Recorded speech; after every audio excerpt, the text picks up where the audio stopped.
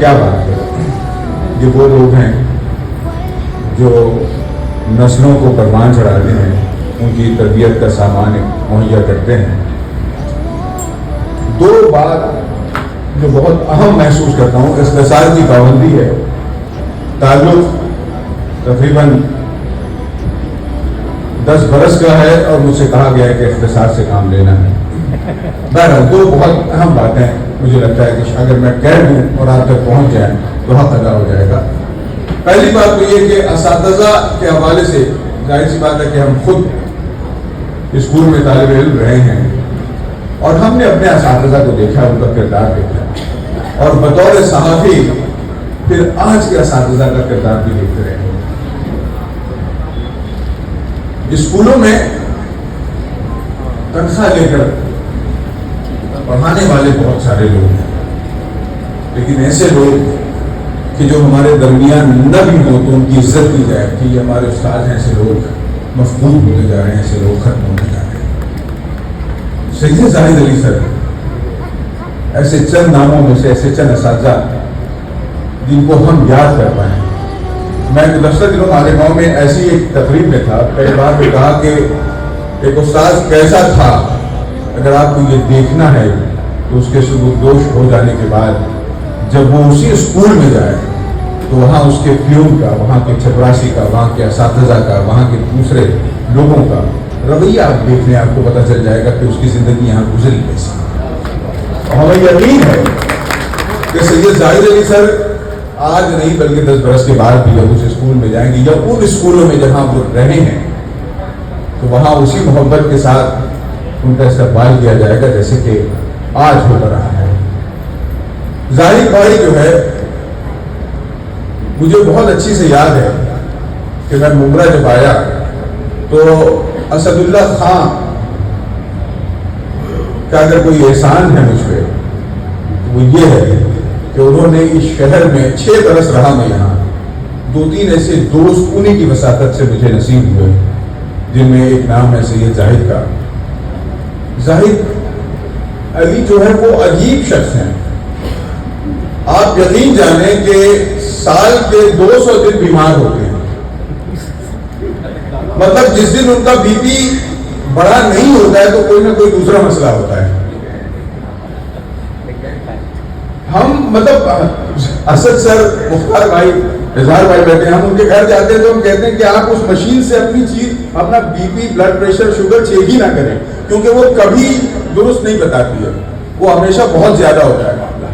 اور مجھے یہ لگتا ہے کہ وہ پریشر اس لیے بڑا ہوتا ہے کہ ذمہ داریاں اتنی اور رکھی ہیں.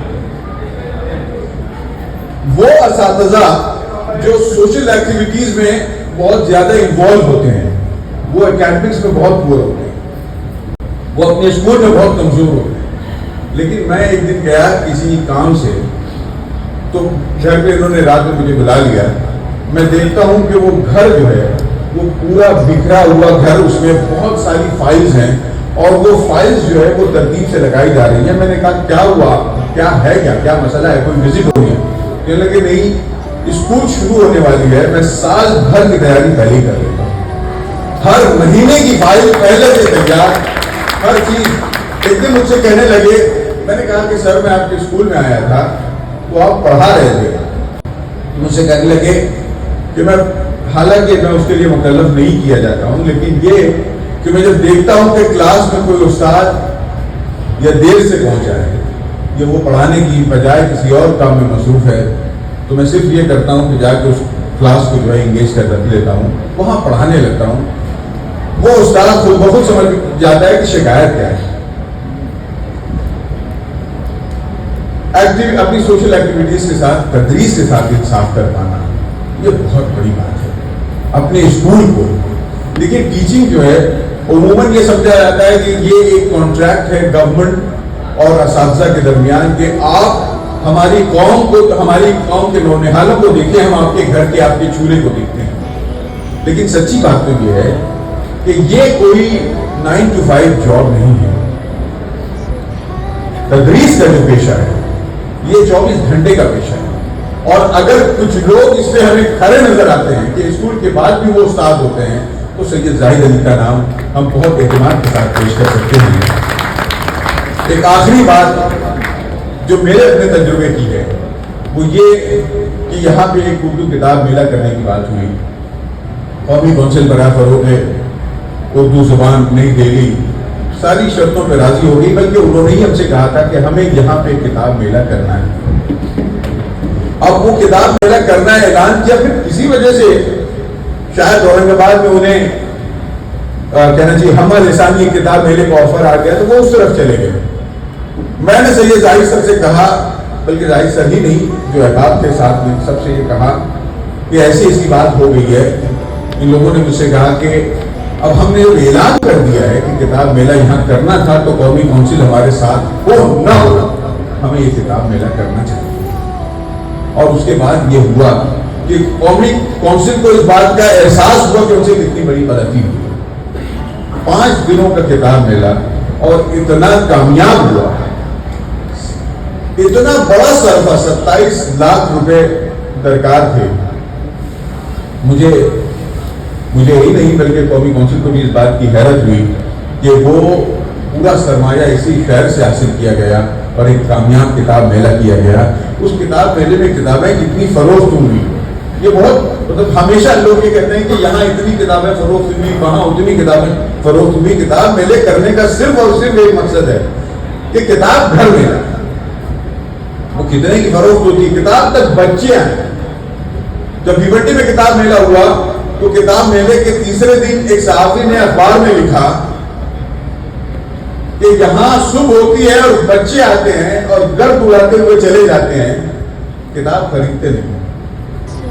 میں نے اس وقت یہ کہا تھا کہ جب یہ گرد چھٹے گی، جس کو گرد کہہ رہے ہیں، یہ جب گرد چھٹے گی تو دنیا دیکھے گی کہ اردو کو نئے قارئین مل رہے ہیں۔ ہمارا مقصد کتاب میلوں کا یہی ہمیشہ رہا ہے کہ کتابوں سے بچے جڑے، اور یہاں پہ جو کتاب میلہ ہوا اس کی کامیابی اس لیے بہت اہم تھی کہ جو قومی کونسل کا ساتھ جو ہے اس کے لیے مشروط کر دیا گیا تھا کہ اگر کونسل ہوگی تو کتاب میلہ کامیاب ہوگا۔ اہل عمرہ نے سید زاہد سر کی سرپرستی میں اس بات کو غلط ثابت کیا اور یہاں سے ایک نئی روش، اور آج دیکھ لیجیے کہ پورے ہندوستان میں اورنگ آباد میں بہت خوبصورت کتاب میلے ہو رہے ہیں، وہاں قومی کونسل کا کہیں نام ہی نہیں۔ یہ جنوری سے مالیگاؤں میں کتاب میلہ ہونے والا ہے، وہاں قومی کونسل کا کوئی نام ہی نہیں ہے، کیونکہ کتابیں ہماری ہیں، زبان ہماری ہے، اس کے فروغ کے لیے ہم کو کام کرنا ہے، اور اس کے لیے جو کہنا چاہیے ایک نشان، ایک مثال قائم کی تھی وہ اسی شہر میں، اور اس کی سرپرستی کر رہے تھے سید زاہد سر۔